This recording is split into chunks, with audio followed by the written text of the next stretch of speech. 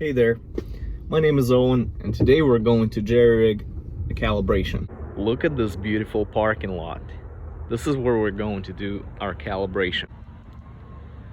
It looks pretty straight, but is it? So let's check. Looks pretty good to me. Just so we're clear, the vehicle has full tank of gas, the tire pressures are correct, and all the ADAS systems were recalibrated using OEM targets and software. And yes, the trunk was empty too. Okay, the moment of truth here. I've set up the target. We're going to see the angle now. Okay, so as you can see, the vertical misalignment angle is out of spec on a perfectly calibrated car. And just so you know, the spec on this vehicle, it has to be less than 0.1 degrees. So there we go. Parking lot calibration. As you can see, this calibration was out of specs. Could have I made it work? Yes, I could have adjusted the radar, brought it back to specs, and it would have went through. Some of you may say, well, this car is not straight. So let's check it out here.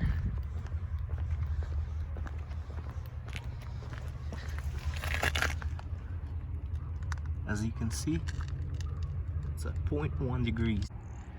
So in this case, if the calibration was done this way, the radar would be off by almost 0.9 degrees. That may not sound like a lot. Will it trigger any faults or turn any dash lights after a test drive? Yes and no. While the active cruise control may still continue to operate, at some point in certain conditions it may notice that it's off. And under certain conditions, when the car is supposed to apply brakes to avoid collision, it may not work as designed. I hope you enjoyed this video. I'll see you next time. And now I have to redo this calibration in the right environment. I have not made any physical adjustments to the radar. I just brought it to the shop and set everything up just like I normally would. Now look, all the adjustments are within specs.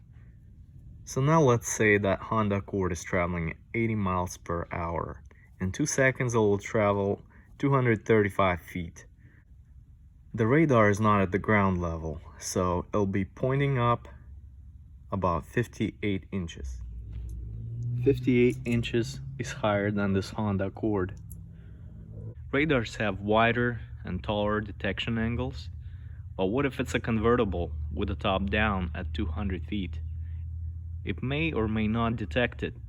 When it comes to people's safety, you don't want to play with those variables. As you can see, I already adjusted the radar and all the angles are within specification. I'm going to place some weights in the trunk and see how it changes.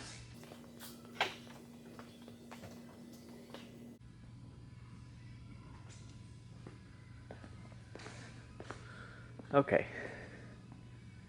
it didn't change much, so let me alter the tire pressure. I just dropped the pressures to the levels the car had before it came into the shop. So as you can already see, if somebody tried to adjust the radar without checking the tire pressures, emptying the trunk, and filling up the fuel tank, they would have done it wrong.